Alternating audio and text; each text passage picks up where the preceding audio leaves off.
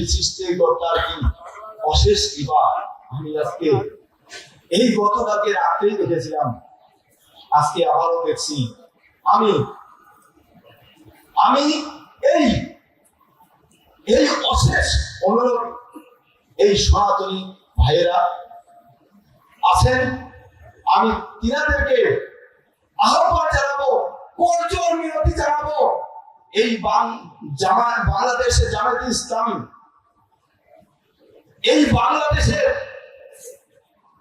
ক্ষমতায় আসুক, আপনারা হাত বাড়িয়ে দিবেন, বৈষম্য থাকবে না, এটা আপ্রাণ চেষ্টা চালাচ্ছে। আপনি একটু এগিয়ে আসেন, আপনারা একটু দেখেন, হাত মিলান, তাহলে বুঝতে পারবেন সেখানে কি আছে। ধন্যবাদ।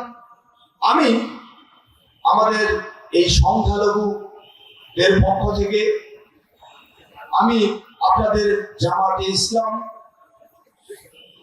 সবাইকে আমি অনুরোধ জানাবো, আমাদের এই বাংলাদেশে সনাতনী ভাইয়েরা যাতে ভালোভাবে থাকতে পারে, এই অনুরোধটুকু রেখে আমি আমার সংক্ষিপ্ত বক্তব্য এখানে শেষ করছি। ধন্যবাদ।